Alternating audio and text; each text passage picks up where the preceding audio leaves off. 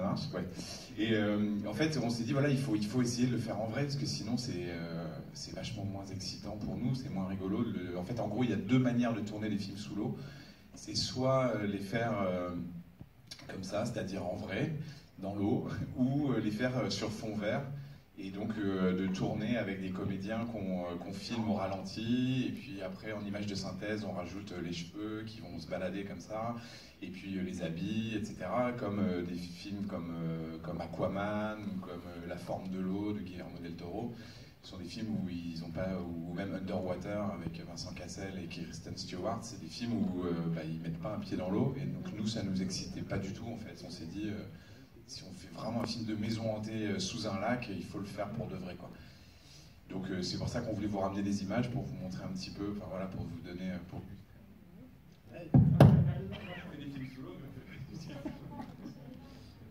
Voilà, c'est bon. Donc ouais, donc je sais pas, peut-être qu'on peut envoyer des images, cool. Deuxième long métrage, et on avait l'impression que c'était notre premier en fait, c'est-à-dire que on était l'impression d'être des débutants parce que tout est différent sous l'eau. Tout est vraiment, mais rien à voir avec ce qu'on pensait savoir nous, l'expérience qu'on pensait avoir acquise en 5 longs métrages. Et donc il a fallu trouver des solutions. Donc là on voit les constructeurs qui, du coup, ça a été pour eux un défi hyper excitant, c'est-à-dire que c'est... Quand on est arrivé, qu'on leur a proposé ce projet, ils ont fait franchement c'est hyper dur, c'est impossible, on l'a jamais fait, donc on va le faire quoi.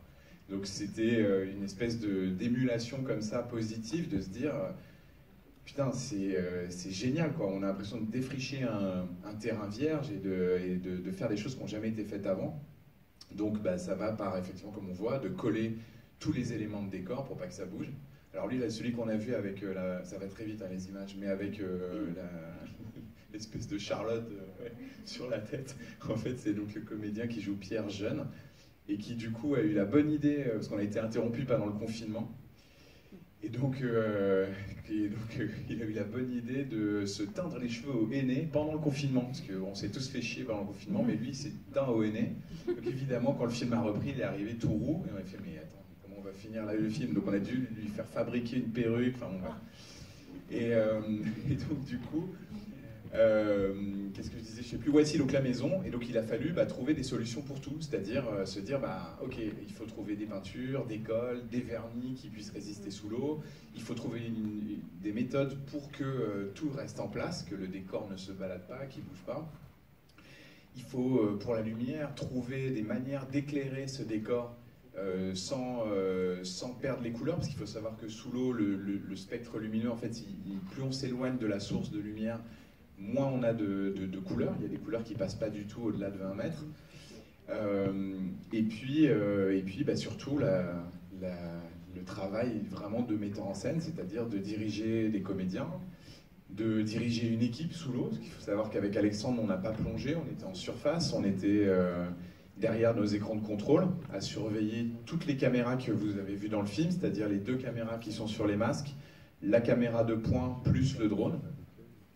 Et donc il faut avoir un œil sur tout et vérifier que tout marche bien en temps réel. Et que, évidemment, sous l'eau, tout est donc plus compliqué, comme je le disais. Par exemple, là, on voit qu'on est en train d'opacifier l'eau, parce que c'est une piscine, donc l'eau, elle est translucide.